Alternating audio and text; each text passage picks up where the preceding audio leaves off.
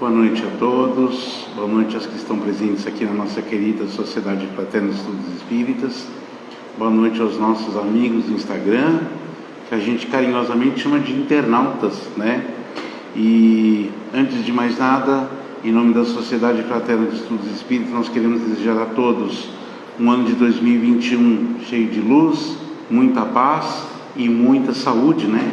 Que é o que estamos precisando no momento. Antes de eu dar os avisos e a gente realmente dar continuidade aos nossos trabalhos, vou pedir a vocês que, por gentileza, desliguem os celulares, né? Se alguém tiver com o celular desligado, coloquem no modo vibra ou desliguem, e vamos então nesse momento nos ligar a Jesus. Só não pode desligar o celular dos nossos amigos que estão em casa no Instagram. Esses não podem desligar o celular, né? Bom, gente, antes de passar para a nossa palestrante, eu vou dar alguns avisos. Lembrando então que as nossas atividades da Fraterna serão realizadas apenas às quartas-feiras, às 20 horas, e aos domingos, às 9 horas, com o nosso Evangelho Dominical, né? Nas modalidades presencial e com transmissão pelo Instagram. Nós retornaremos às atividades de segunda, terça e quinta somente quando nós tivermos a vacina e a autorização dos órgãos sanitários. Então, por enquanto, apenas às quartas e aos domingos. Lembrando vocês também que o plantão da área social será no dia 20 de janeiro, né, das 16 às 20 horas. Então, eu vou passar para vocês rapidamente uma lista do que nós estamos precisando. São 15 pacotes de 5 quilos de arroz, 10 pacotes de 1 quilo de feijão, 64 litros de óleo, 20 pacotes de 1 quilo de sal, 26 pacotes de 1 quilo de açúcar, 30 pacotes de 1 quilo de farinha de trigo e 50 sachês de molho de tomate. Então, nós contamos com a colaboração de todos, aos que estão aqui, aos que estão no Instagram. Por gentileza, vamos colaborar, né? Como sempre, a gente, graças a Deus, até aqui, a gente tem conseguido completar todas as cestas e a gente conta mais uma vez com o carinho e a colaboração de vocês, tá bem? Lembrando que o curso da doutrina espírita tem um retorno previsto para o dia 22 de fevereiro. Se nada mudar em relação à pandemia, as aulas serão online, tá bom? A gente vai dando maiores informações. Se nada mudar, as aulas serão se mudar online ou não presencial. Exatamente. Agora, se vocês quiserem maiores informações do curso e outros assuntos relacionados à nossa rotina da casa, vocês podem chamar a Edi através do WhatsApp 3644-8610. Só entrar em contato com a Edi e vocês vão tirar todas as suas dúvidas com ela, tá bom? No WhatsApp 3644-8610. Então agora chega de falatório, vamos fazer a nossa prece inicial e logo em seguida já passo para a nossa palestrante de hoje. Vamos então fechando os nossos olhos, relaxando o nosso corpo físico, desligando de todos os nossos problemas externos. E aqui, Pai, mais uma vez, agradecidos pela oportunidade de estarmos aqui nesta casa, aprendendo sempre um pouquinho mais dessa doutrina consoladora, esclarecedora e confortadora. Agradecidos, Pai, por mais uma vez estarmos aqui em família, Sociedade Fraterna. Agradecidos ao nosso Mestre Jesus, por todas as lições ensinadas e deixadas no seu Evangelho de luz. Agradecendo aos amigos espirituais, aos nossos mentores individuais, ao mentor desta casa, que sempre nos acolhe toda semana. E assim, de joelhos em espírito, podemos humildemente dizer: Pai nosso que estais nos céus, santificado seja o vosso nome, venha a nós o vosso reino, seja feita a vossa vontade, assim na terra como no céu. O pão nosso de cada dia nos dai hoje. Perdoai as nossas dívidas, assim como nós perdoamos aos nossos devedores.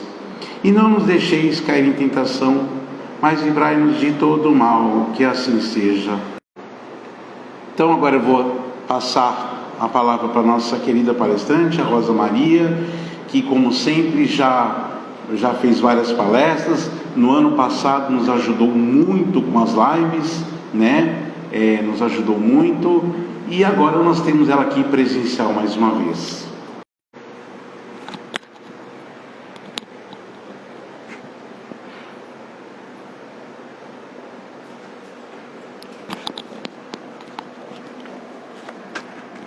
Arrumar a estrela, né? Arrumar a estrela. Passar um batom, né?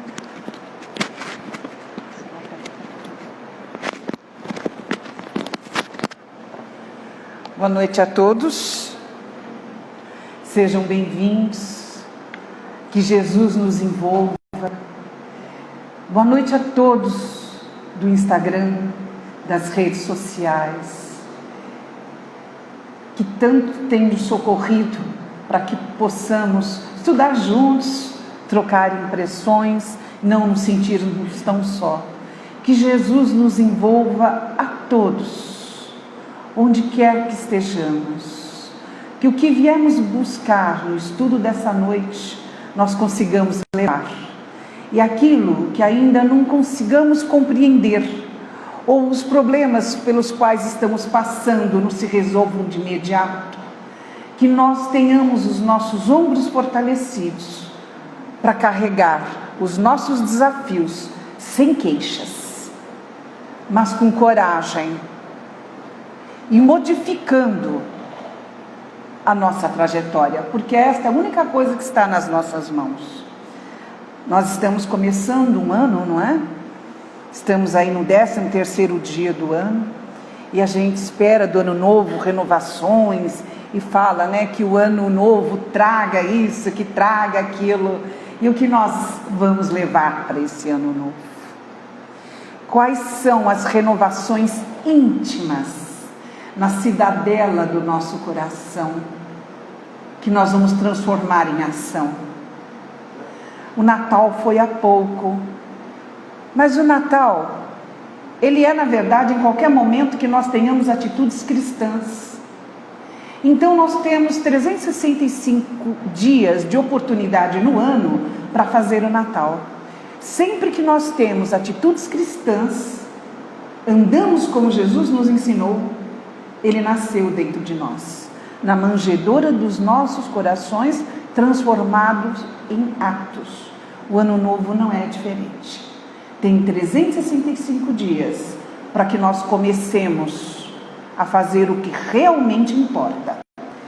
E que a gente fica muito adiando, né? Muitas vezes eu estou pegando coisa errada. Hoje, eu vi aqui do celular, hoje eu recebi um texto que gostei muito, e repassei para alguns grupos. Eu já havia aqui selecionado. Eu gostaria de ler para vocês, para que nós reflitamos nele. Porque hoje nós vamos falar de amor. E o texto fala de vibrações de amor. Nós não queremos renovar? Nós não queremos a vida melhorada? Para isso é necessário amor. Porque é o amor que transforma a nós mesmos. É preciso ter coragem para colocar o amor em ação. Então vamos ver o que traz esse texto. Na verdade, uma passagem, vivência do Chico. Então diz no texto: para onde vão suas vibrações de amor? Abre aspas. Certa vez, Chico Xavier, em desdobramento, numa visita ao plano espiritual com Emmanuel, viu milhões de bolinhas coloridas, nas mais diversas cores, subindo, e perguntou a Emmanuel: o que é esta maravilha, Emmanuel? E o Emmanuel fala a Chico: são as vibrações de amor de milhões de encarnados que estão realizando preces e vibrando amor por todos os necessitados. Aí o Chico responde: sempre pensei que as vibrações viessem do plano espiritual para os encarnados. Aí o Emmanuel: não, Chico, onde houver alguém ligado em preces, manda para cá as vibrações de amor, que são armazenadas em jarros especiais para beneficiarem aos irmãos necessitados que chegam ao plano maior em difíceis condições. E também são direcionadas aos nossos irmãos encarnados que passam por provações. Portanto, aí fecha aspas. Portanto, lembre-se de que suas vibrações de amor ajudam neste instante em diferentes regiões do universo. Espalhem amor, sejam amor. André Luiz. Mas olha que coisa mais importante. Todas as nossas orações direcionadas, as nossas preces, os nossos pensamentos amoráveis chegam ao plano espiritual e ali eles são distribuídos aonde houver necessidade. Olha a importância do nosso pensamento. Quando a gente fala em amor, parece até que vai cair num lugar comum. Só se fala tanto de amor, se fala tanto de perdão, mas eu não vejo isso acontecer. Tá, então vamos ver isso na gente. Como são as nossas reações diante dos desafios que a vida apresenta? Na nossa vida de relação, dentro de casa, quando a morte tira da nossa presença alguém que amamos muito. Como é que nós recebemos essas transições? Acabamos de ler, todos ouvimos, que as vibrações de amor que mandamos socorrem os que chegam no plano espiritual desesperados, de dor e necessidades mil. Nesses tempos de dificuldades pelos quais estamos passando, com falecimentos de todos os tipos, porque sempre tem. Assim é a vida, não é? Uma eterna mutação. Nós ora estamos cá, ora estamos lá. E veio mais esta doença que está levando mais um tanto a mais de pessoas. E nós não conhecemos, não sabemos lidar com ela, virou política, virou discussão, virou ponto para inimizade. Se você diz: olha, eu não vou tomar vacina porque é um antivacina, vamos obrigá-lo. Aí você fala: pô, peraí, estão me obrigando? O que é isso? Agora, então veja, começam as contendas, começam as dissensões, e a gente fica com raiva daquela pessoa. Se está nas redes sociais, tem pensando, falando: nossa, essa criatura é espírita e pensa assim? Que horror! A gente começa a julgar o outro. E aí saiu de dentro de casa alguém colhido pelo Covid ou outra enfermidade qualquer e voltou para o plano espiritual.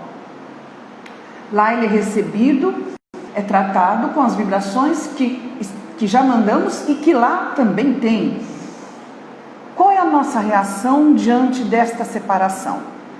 Mesmo sendo espírita, a gente vê com tranquilidade, entende como separação ou tem a impressão que foi roubado? Que foi cedo demais?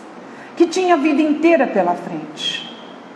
Nós sempre temos a vida inteira pela frente porque somos imortais. Estejamos aqui ou no plano espiritual, estamos vivos, a vida que nós possuímos é única. A forma de manifestá-la é que vai modificar. Ora encarnado em algum planeta, ora na erraticidade no plano espiritual. Mas sempre estamos executando a vida e evoluindo. Se há um desafeto que morre, como é a nossa reação? Já foi tarde, devia ter ido antes. Ah não, mas peraí, eu sou espírita, eu não tenho raiva de ninguém, né? Eu perdoo todo mundo, Deus que os castigue, não é assim? Aí lembra aquela piadinha antiga, né? Que morreu um espírita, um evangélico e um católico. Aí o benfeitor que os recebe, representando Jesus, entrevista cada um e fala: o que você acha que Deus Pai poderia colocar na humanidade ou modificar que não está bom? Aí o católico era o primeiro entrevistado, fala: podia tirar esses evangélicos, não? Eles gritam tanto, falam tanto, obrigam a gente a tanta coisa, é tão desagradável, batem na nossa porta de manhã, até por isso acho que chama despertar aí, né? Que é para acordar cedo aos domingos, às 7 horas, estão batendo na porta, né? Eles são muito chatos. Bom, ele anotou. Aí entrevistou o evangélico: o que você acha? Podia acabar com esses católicos, né? Ô, gente prepotente, feriados e procissões, tudo no nome deles, nos obrigam a tudo, querem ser os mandantes de todas as religiões, é muito desagradável. Aí perguntou para o espírito: e você, meu irmão, o que você acha que poderia ser modificado no campo da religiosidade? Aí ele fala: eu sou espírita, para mim está tudo bem, está tudo certo, eu só quero mesmo é fazer caridade, gosto de fazer caridade. Se o senhor achar por bem atender meus 2 irmãozinhos aí, para mim está bom. Danadinho, né? Então, está vestindo uma capa de honestidade, de fraternidade, mas na verdade não tem tolerância com as pessoas que têm outras opções filosóficas, religiosas, ou até a falta delas. E já quer dar o anátema, excluir da vida. Ora, cada pensamento bom que enviamos, a gente descobre que chega na espiritualidade, chega no endereço enviado. Com o pensamento ruim, o mesmo acontece. Vai chegar naquele endereço e vai produzir efeitos deletérios onde quer que ele esteja. Então, o primeiro ato de amor que nós podemos ter para conosco e com quem convive conosco e com o nosso país e, por consequência, no mundo, é ter pensamentos mais limpos, melhor direcionados. Divergência de opinião sempre haverão, de filosófica, religiosa, ou não, ou até de estudo, profissão, política. Cada qual tem a sua opinião e todos têm o direito de externá-la. Nós acatamos ou não. É interessante ouvir a opinião do outro, porque ele acrescenta pontos que às vezes para nós passou despercebido, né?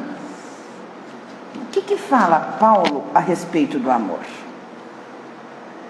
Não, vamos ver aqui no egoísmo.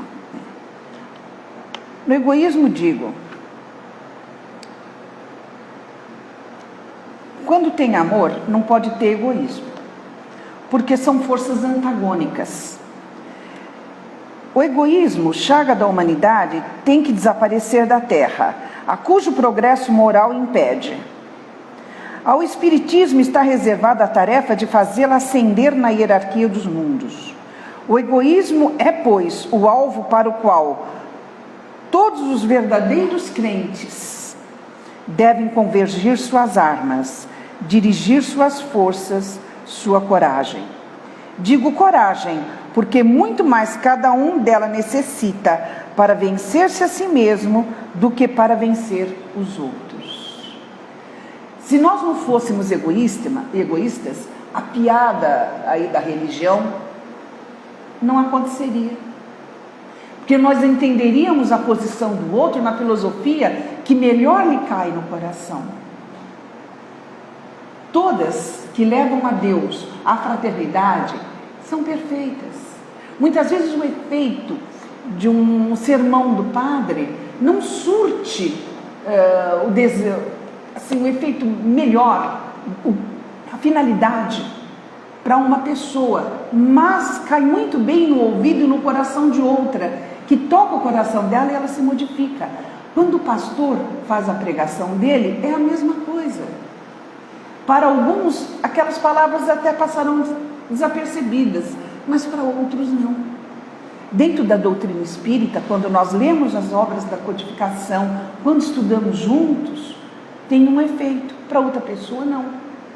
Haja vista que tem gente que toma passe e não sente nada. Por que não sente nada? Porque não tem compatibilidade com aquela forma de expressar. Aí ele ouve um hinduísta, um budista, um judeu, um muçulmano, um ateu, e se identifica.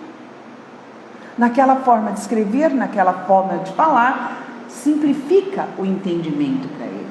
E ele consegue, então, fazer grandes obras para si e para o outro. É isso que é uma falha em que as pessoas se expressem de maneiras diferentes. O que tem a ver é ausência de egoísmo, foco no bem e vontade de semear, de multiplicar essas ações. Aquilo que me ajuda a ser um ser humano melhor é a né? Ele tem toda a razão. Aquela religião que te fortalece e que te ajuda a se transformar numa pessoa melhor é a sua religião certa. Nós falamos, qual é a nossa reação diante do afastamento de um parente muito próximo, que amamos muito? Caímos em desespero, outras vezes compreendemos, outras vezes ficamos aliviados, outras vezes entramos numa tristeza tão grande que dificilmente saímos dela, ou então entramos numa revolta. Se estamos conscientes que a vida continua, que continuaremos ligados a quem nos ama, que estarão no plano espiritual e vão sarar das suas doenças no vaso perispiritual, que vão recuperar a sua história e vão trabalhar, e vão estudar, e vão progredir, e em tempo adequado vão reencarnar, e que nós poderemos reencontrá-lo. Não é uma bênção? Não acalma a alma? Não consola? Essa certeza de que a vida continua nos dois planos. Ah, mas eu não estou vendo. Não está vendo, mas está sentindo. Nós sonhamos com a pessoa, nós sentimos a presença dela, ela recebe nossos pensamentos. Então vamos direcionar nosso pensamento para essas pessoas que amamos e que se já voltaram antes do nosso plano espiritual, para que elas se restabeleçam logo e que elas se curem totalmente e que logo estudem, trabalhem e progridam e que Deus permita o nosso reencontro no plano espiritual. Aí vamos supor que aquela pessoa querida já reencarnou quando a gente chega lá e ela está em outro corpo, às vezes em outro país. Às vezes numa etnia que hoje a gente condenou. Ah, eu não gosto de gente dessa etnia, eu não gosto daquele país, eu não gosto deste ou daquele. E aquela pessoa amada nossa reencarnou lá, por alguma necessidade de progresso da vida dela. E aí, como é que fica? Interessante, né? Você vai continuar amando essa pessoa ou não? Ela está com outra cor de pele. Ela está com outra ideologia, ela está em outro país. Nós vamos continuar amando? Claro que vamos, porque é o ser, é a pessoa, é o nosso amado que está ali. A forma como se reveste o vaso físico dela naquela experiência momentânea é o que menos importa. Todos nós transitamos em todas as etnias, em diversos países, a fim de que nós consigamos progredir e elevar o nosso amor ao próximo, e vamos especialmente para os lugares onde não gostamos, porque lá nós vamos ver que tem coração que bate também, que sente a mesma dor, e vamos aprender a ter amor por aquelas pessoas. Quem nos conta isso é Divaldo Franco, como Filomeno, Manuel Filomeno de Miranda. Ele conta a história de uma senhora que era europeia, alguma rainha, coisa assim, ou de elevada casta de alguma corte, e era uma pessoa racista. Ela tinha muitos escravos de várias etnias, ela se considerava superior e ensinou o filho dela dentro das crenças que ela também possuía, né? Ela passou essa crença para o filho, e eles foram dois tiranos, na verdade. Ela desencarnou, viu quando estava errada e foi levada a aprender a amar o Filho de Deus. Então ela renasce numa tribo muito pobre na África, por obrigação. Termina aquela existência, renasce mais uma vez em outra tribo pobre na África, mais uma terceira reencarnação, ela de novo na África, por opção. Ela escolheu. Aprendeu a amar o povo que um dia ela escravizou. Ela viu que ali tinha o Filho de Deus perfeito e não a cor da pele. Ao todo teve 5 reencarnações na África. Foi de uma grandeza o trabalho desta mulher, deste espírito, no continente, que ela encarnou em vários países do continente, porque não foi só da raça negra que ela escravizou, também outras etnias. No tempo de Jesus, de cada 4 pessoas, 3 eram escravas, né? Ela passou a entender muito melhor como é que se vive e o que realmente importa. Que não é o cargo, não é a posição, hoje em dia não é o RG nem o CPF, são coisas transitórias. O ser, o amor é o que importa. Falamos do filho dela, né? E o que aconteceu com o filho dela? Onde ele reencarnou? Ele se recusou a estudar, a progredir, ficou no umbral, se transformou num grande chefe do umbral, das regiões umbralinas. É o Gregório, citado num livro de Chico Xavier, se não me engano na série André Luiz, no Libertação. Ela foi mãe do Gregório e ela não desistiu do filho dela, porque ela ajudou aquele filho a ter ideias equivocadas do que realmente valia a pena, de quais eram os valores da vida que se devia tratar. E enquanto ela esperava conseguir recuperar esse filho, ela ia trabalhando pelo filho dos outros, recuperando os filhos dos outros, seguindo a orientação do Cristo. Se me visitou na cadeia, se visitou alguém na cadeia, foi a mim que visitou. Se visitou alguém com fome, se deu comida a alguém com fome, foi a mim que alimentou. Como assim, Senhor? Não te vimos na cadeia, não te vimos com fome, não te vimos doente? Como assim foi o Senhor? Porque todo bem que fizerdes a alguém em meu nome foi para mim que você fez. E foi o que essa senhora fez por 600 anos. Curando, orientando, instruindo, amando. Ela aprendeu definitivamente que todas as almas no planeta têm um único Criador. Que Deus ama a todos. E aquele que ama a Deus, ama a criação do Pai. E aí, vigiando esse filho, ela ficava sempre às voltas e implorando para o Dr. Bezerra resgatar esse filho. Um dia ela recebe um aviso. O filho, ele praticava licantropia, fazia aqueles julgamentos, tribunal, né, do crime, essas coisas. Um dia ele estava tão cansado disso, desanimado, e teve foi o momento, a espiritualidade avisou, ela apareceu na frente desse filho, na forma como ele a conheceu. Ele ficou tão feliz, mas tão cheio de amor, de reciprocidade, de saudade num momento de amor. O amor apaga uma multidão de pecados, né? Esse chefe tão endurecido cedeu à presença da mãe, que era a única pessoa que ele amava, de fato. Que nem a ele amava. Se ele amasse tanto a si próprio, ele não teria aquela conduta. Então veja como o amor resgata. E ela agora continua amparando esse filho, né? Até que ele consiga resolver todas as situações que ele ajudou a criar. Então a gente percebe que o que soluciona o ódio, o egoísmo, é o amor. Mas 600 anos é tempo, hein? Então o que veio mais junto com essa senhora? Paciência. Quem ama tem paciência. Quem ama tudo suporta. É o que Paulo nos fala. por mais, mesmo que ele falasse a língua dos anjos e de tudo soubesse, se ele não tivesse amor, de nada serviria. Porque o amor verdadeiro tudo suporta, tudo aguarda, respeita, não se revolta.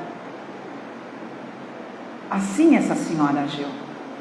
Ela podia ter caído em culpa, porque a culpa paralisa. Não, ela foi para a ação. Ela foi trabalhar.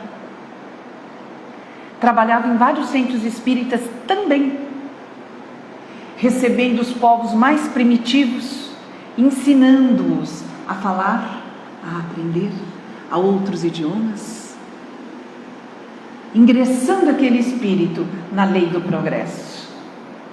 Não importava de onde viesse o espírito, importava que era o irmão dela. Tão bom quando cai essa coisa de casta, de cor, de tudo, né?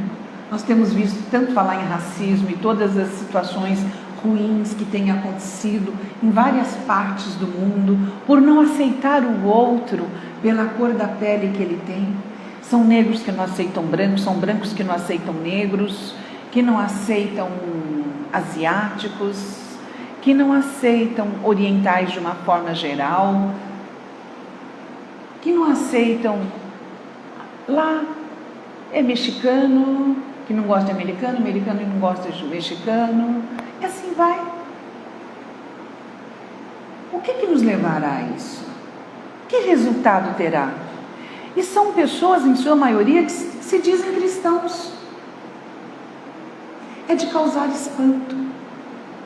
Então, se o nosso amado já reencarnou em qualquer país, em outra etnia, nós vamos continuar amando, porque é o nosso filho que está ali, é o nosso pai, é a nossa mãe.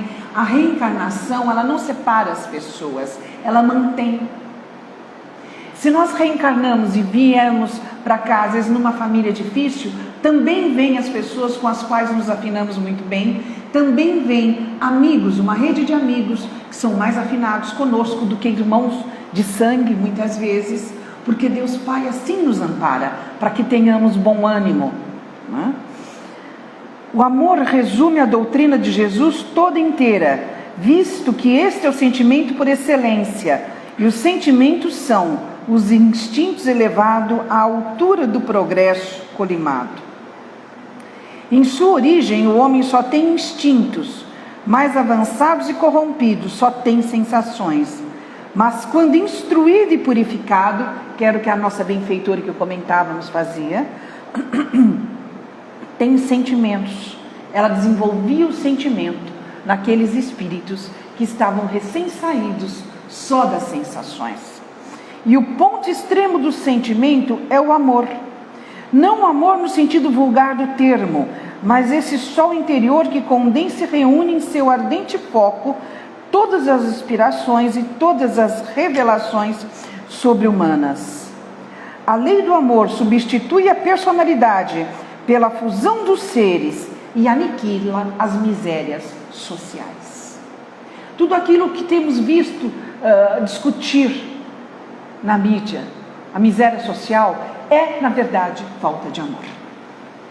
É falta de amor quando nós gritamos. É falta de amor quando a gente pensa mal de uma pessoa, desejando que ela se castigue, que as coisas não dê certo, que ela se dê mal.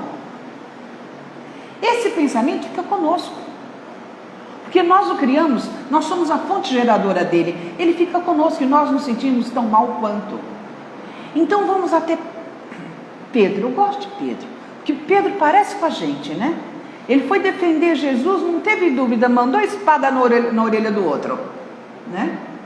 Jesus já consertou, amor. Pedro, embainha a tua espada.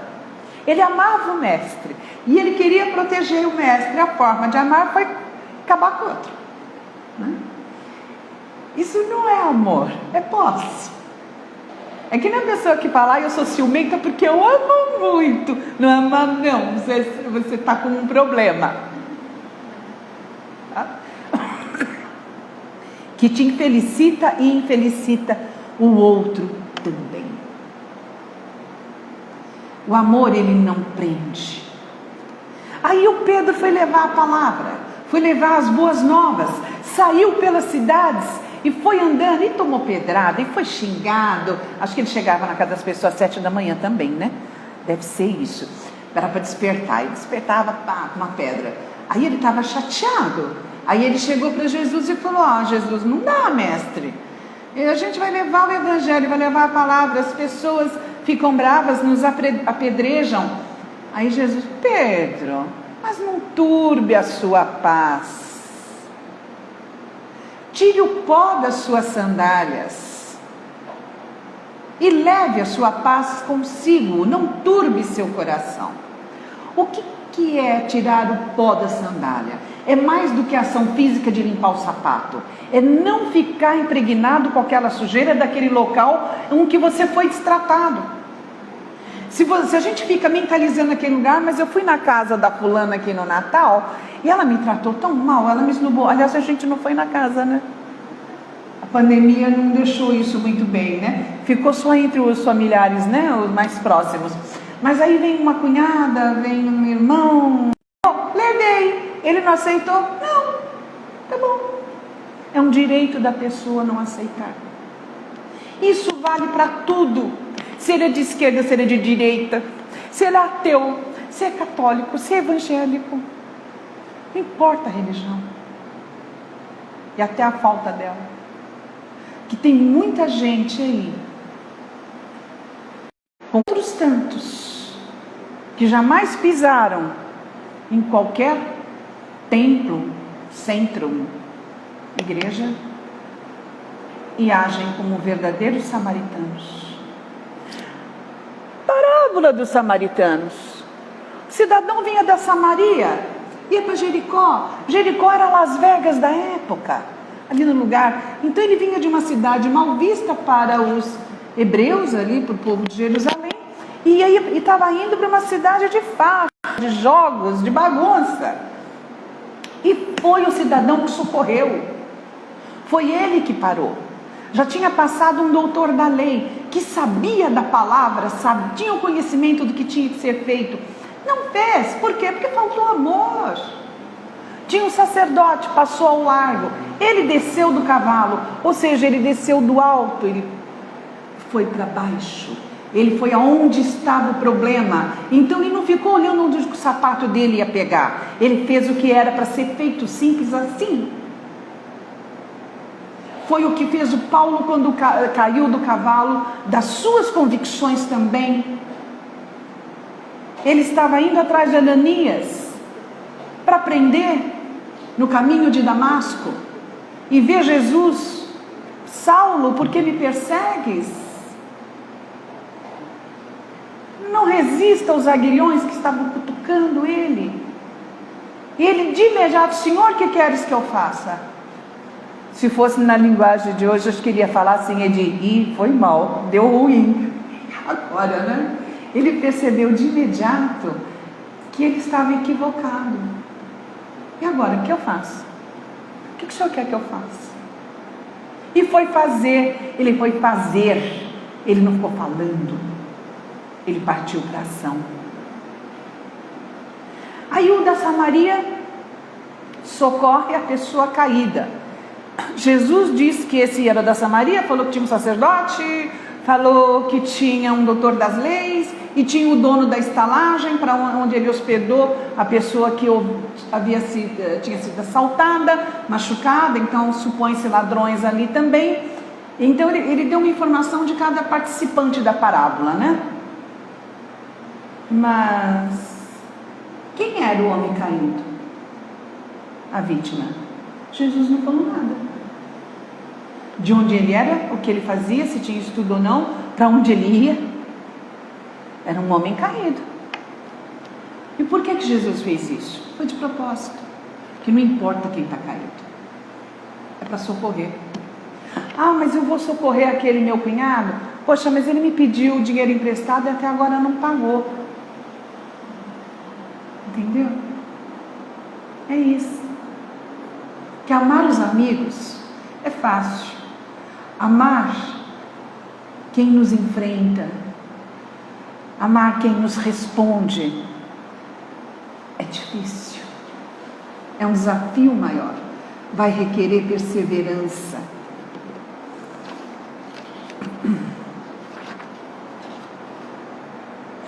Jesus deu um roteiro bem curto para isso. Porque quando ele fala, quem fala a verdade, ele é objetivo. Não façais aos outros o que não quereis que os outros vos façam, mas fazei, pelo contrário, todo o bem que puderdes. Simples assim. Você gostaria de saber que tem alguém pensando mal de você? Te desejando que se você morrer, que importa, antes ela do que eu. Você gostaria de saber, depois de desencarnado, que alguém pensou assim? Está lá no seu funeral, falando dos seus defeitos. Se coloca no lugar da pessoa. Se você não gosta, não faça. Então vigia as tuas palavras. Na primeira epístola aos Coríntios, o apóstolo Paulo disse sobre o amor: ainda que eu fale as línguas dos homens e dos anjos, se não tiver amor, serei como bronze que soa ou como símbolo que retine. Ainda que eu tenha o dom de profetizar e conheça todos os mistérios e toda a ciência, ainda que eu tenha tamanha fé a ponto de transportar montanhas, se não tiver amor, nada serei. Montanhas são as dificuldades, tá? Da vida da gente. E ainda que eu distribua todos os meus bens entre os pobres, e ainda que entre o meu próprio corpo, que entregue o meu próprio corpo para ser queimado, se não tiver amor, nada disso se aproveitará. Aí ele dá as qualidades do amor. Olha, não é fácil. O amor, ele é uma palavra tão curta, mas na verdade ele tem tantos componentes para ser amor de verdade. Vejamos, ele cita: o amor é paciente, é benigno, o amor não arde em ciúme, não se ufana, não se ensoberbece, não se conduz inconvenientemente, não procura os seus interesses, não se exaspera, não se ressente do mal, não se alegra com a injustiça, mas regozija-se com a verdade. Tudo sofre, tudo crê, tudo espera, tudo suporta. Então vamos supor que a gente aqui está apaixonadíssimo e o nosso amado, a nossa amada desencarnou agora com o Covid. Vamos supor que é um casal jovem ou meia idade. O que ficou encarnado vai casar de novo. Suponha que foi você que desencarnou. Como é que você vai reagir com o novo companheiro, com a nova companheira do seu marido ou esposa? Seu cônjuge, vai? Não é fácil. Você vai dividir sua casa, seu lar. Aliás, vai dividir nada, você não usa mais, que caixão, até onde a gente sabe, não tem caixinha, né? Não dá para levar, vai ficar aí. E o nosso cônjuge terá uma nova vida de relação. Eu digo que amo. Se eu amo, eu suporto. Se eu amo, eu entendo. Se eu amo, eu compreendo a necessidade de seguir a existência que aquela pessoa tem ao lado de outrem. Quem disse que a gente não combinou aquilo, não sabia, a gente já sabia de antemão que ia desencarnar cedo e que aquele nosso companheiro ou companheira ia refazer seus laços matrimoniais para continuar a existência, a educação dos filhos que tinham em comum. Um histórico que a gente toma posse quando volta para a espiritualidade. Mas quem ama de fato não vai tentar prejudicar a nova união do seu cônjuge por posse, por ciúme. Lembra quem aqui leu o Nosso Lar? Isso. Lá no finalzinho do livro, não vou contar tudo, né? Claro, porque vocês vão ler, óbvio. Quem não leu, leia. É uma aula de plano espiritual. Aí a gente passa a entender como é que a dinâmica do desenlace funciona. Olha, foi o livro que me alentou com a morte do meu irmão. Meu irmão desencarnou em 1973, quando ia fazer 18 anos, faltava 3 dias. E eu ficava agoniada aqui, pensando se ele estava comendo, se ele estava bebendo, se ele estava dormindo, se ele estava socorrendo. Então, eu ia fazer 16 quando ele foi embora. Ali li o livro Nosso Lar. E foi o que me acalmou com relação ao meu irmão. Ele estava morando em algum lugar e dando conta da vida dele. Lá no final do livro, André Luiz, ele conta a trajetória dele. E aí, quando ele chegou em condições, depois de bastante tempo lá, em várias situações, ele ficou em condições de visitar a família dele, que estava morando lá no Rio de Janeiro. Ele foi tão contente, chegou lá na casa dele, acho que 3 filhas ele tinha, só uma falava dele, as outras nem pensavam, estavam lá envolvidos com seus maridos, filhos e tal, né? Aí ele foi ver a esposa dele, todo contente, como será que ela estava, né?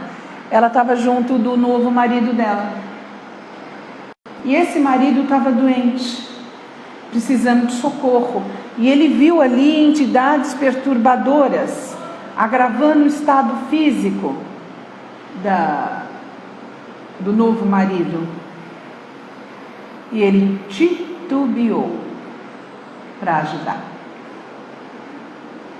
Aí me coloquei no lugar dele. Acho que talvez eu titubearia também. Aí procurei mudar aquilo na minha intimidade. Eu não sabia porque que ela tinha refeito a vida. Não entendia, né?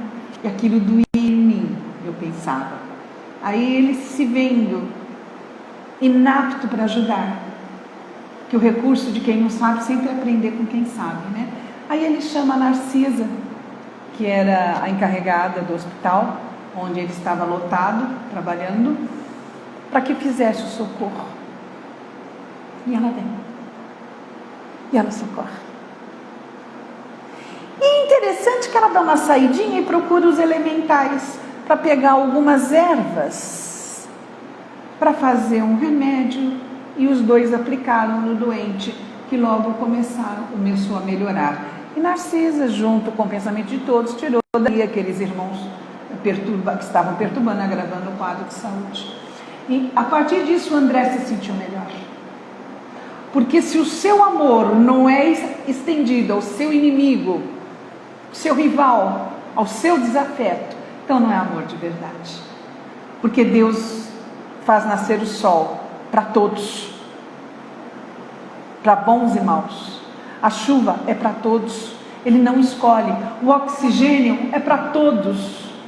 Se Deus não escolhe a quem Ele vai servir, nós, por nossa vez, também não temos o direito de escolher quem que nós vamos servir. Quando você escolhe, você está dando privilégio. E onde há privilégio, não há justiça. Então, se há alguma coisa que nós podemos e devemos fazer imediatamente, é rever na nossa intimidade o que nos bloqueia, qual a dificuldade que sentimos de amar o que é diferente, o que não concorda com as nossas opiniões, que tipo de pensamentos elevamos em direção àquela pessoa, àquela situação, e trocar isso por prece. E quando a gente vê que não dá conta, como o André viu que não dava conta de ajudar o homem, que ele não estava com amor suficiente naquilo, ele pediu socorro a Deus Pai, que mandou a companheira de trabalho mais habilitada para aquele atendimento. Mas ele chamou o socorro. Ele teve a humildade de chamar o socorro. Ele teve a iniciativa para depois procurar compreender a situação. E aí a gente se pergunta, e se o viúvo é você? Se você que é o viúvo, será que a gente ia refazer ou não a vida ao lado de outra pessoa? Então, quem ama, liberta. Procura olhar todos os lados e pede socorro quando vê que não dá conta. Mas não vai lá se vingar, não vai lá espraguejar, desejar o mal ou praticar o mal. Matei por amor. Mentira, ninguém mata por amor. Nunca.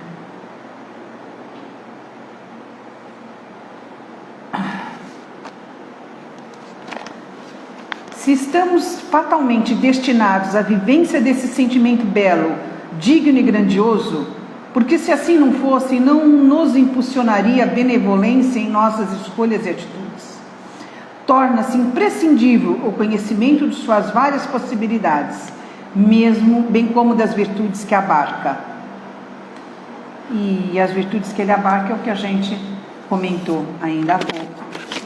Paciência, tolerância, benevolência, incondicionalidade. Olha que palavra grande e difícil, eu adorei. Incondicionalidade. Aí fui ler, o que será, né?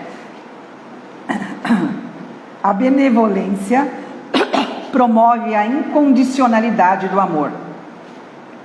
Esta é, portanto, sua quarta virtude, porque, de acordo com o apóstolo Paulo, o amor não procura seus interesses, ou seja, não coloca condições. Amor incondicional, por definição, é aquele que não impõe condições, seja por meio de chantagem, cobrança ou exigência, mas para que possa existir ou expressar-se. Portanto, a atitude de quem não espera por recompensa ou retribuições pelos benefícios que oferecem a outrem. Hamed, escritor, filósofo, alerta: somos nós mesmos que nos iludimos por querer que as criaturas deem o que não podem e que ajam como imaginamos que deveria agir. Quantas vezes a gente projeta um príncipe assim, né? Ou uma princesa? A quinta virtude é a maturidade, porque o amor não arde em ciúmes. A sexta virtude é o respeito, porque o amor não se conduz inconvenientemente. A sétima virtude é a capacidade de perdoar, porque o amor não se ressente do mal. A oitava virtude é a lealdade, pois o amor não se alegra com a injustiça, mas regozija-se com a verdade. E por fim, a nona virtude é a humildade, porque o amor não se ufana, nem se ensoberbece. Que nós consigamos amar com incondicionalidade. Não é um mercadinho de trocas materiais, mas de trocas espirituais. Quem ama realmente vai mudar-se a si próprio por amor a si. Amar a Deus sobre todas as coisas e ao próximo como a ti mesmo. Segundo e maior mandamento. Então, quando a gente come o que deve, respeita seus sentimentos. Ah, mas o outro está me invadindo. Coloque limite. Porque o amor não é besta. Isso é importante deixar bem claro. As pessoas vão fazer conosco aquilo que nós permitirmos. Se o outro for invasivo, colocar muito ciúme, muita condicionalidade, limite, para se proteger. E se não for possível, o divórcio existe aí para isso. O Evangelho nos propõe amar o inimigo como a ti mesmo, e perdoar. Mas em nenhum momento ele fala, traga o inimigo para dentro de casa e fica abraçando. Ele pede para que não o prejudiquemos, não falemos mal. Não enviemos pensamentos de más ações, mas de benevolência. Mas não propõe a convivência. Até que o outro esteja mais apto a isso. E a vida fará esse retorno. E nós o receberemos com todo o amor. Ou ao contrário, se formos nós os causadores, receberemos com todo o amor, assim como o pai recebeu o filho pródigo. Ele gastou muito, mas o pai ficou feliz porque eu tinha de volta, achou que tinha perdido. O egoísmo do filho que ficou em casa é que nos representa. Nós começamos a julgar. Ah, mas ele não merece, ele foi fazer tanta tranqueira, o senhor faz aqui uma festa, eu fiquei do seu lado. Então ele ficou do seu lado com condições, com interesse. Ele não ficou por amor, que se por amor estivesse, ele receberia o irmão com tranquilidade e apoiaria o pai na decisão. Em qualquer filha de presídio que qualquer um de nós vá, pergunte a um pai ou uma mãe: você sabe o que seu filho fez? Sei. E por que você veio aqui visitar? Porque é meu filho. Ele não concorda com a atitude, mas ama o filho que tem. Deus pode não concordar com as nossas atitudes, mas nos dá a oportunidade de sarar, de corrigir, de refazer. E por quê? Porque Ele nos ama. Que Deus abençoe a todos, nós nos amemos e amemos a Deus.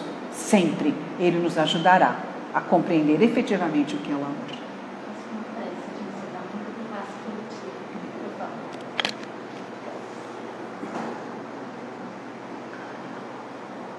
Pai, a Ti elevamos nossas orações. Que elas cheguem aí em várias bolhas coloridas, com os nossos melhores fluidos. Que a cura, Pai, se faça entre todos que desencarnaram hoje, nestes últimos tempos. Ah, Senhor, que o nosso amor leve a paz aonde está havendo disputas, discórdias. Senhor, que a humanidade se entenda neste momento de dissensões. Abençoa, Pai, os dirigentes dos países, inclusive o nosso. Abençoa o nosso presidente, nossas terras, nossa gente, todos os dirigentes deste país, em todas as esferas. Ah, Senhor, entregamos a Ti os nossos melhores fluidos, para que o Senhor leve aonde precisar, porque o Senhor sabe aonde deve entregar. Nós não precisamos dirigi-lo para isso. Aos Seus pés, Pai, colocamos nossa gratidão por ter nos dado a vida e por nos permitir progredir, pela espiritualidade amiga que nos apoia e nos sustenta nesta travessia. Ah, Senhor, muita luz se passa sobre Chico Xavier, André Luiz, Emmanuel, Bezerra, Divaldo, amigos da luz que semearam estrelas. Que Tua luz, Pai, envolva Jesus, nosso mestre, prenhe de luz, a Maria e a todas as pessoas de boa vontade. Que a Sua luz se faça e essa pessoa abra a janela da alma para receber a Tua luz e o Teu amor. Sê conosco, Pai, nesta trajetória. Abençoa, Pai, todos os que estão estudando conosco neste momento, a todos os que vieram presencialmente ouvir a palestra, os que estão ouvindo pela internet, que suas famílias sejam protegidas, fortalecidas, aonde quer que estejam, encarnadas ou desencarnadas. Que o amor brilhe no coração de cada um, tornando uma convivência harmônica, empreendedora. Que o Senhor Mestre, nosso Mestre, seja o guia de todas as famílias, de todas as pessoas. Que ninguém se sinta só no Teu colo, no Teu amparo. Que assim seja, graças a Deus e graças a Jesus.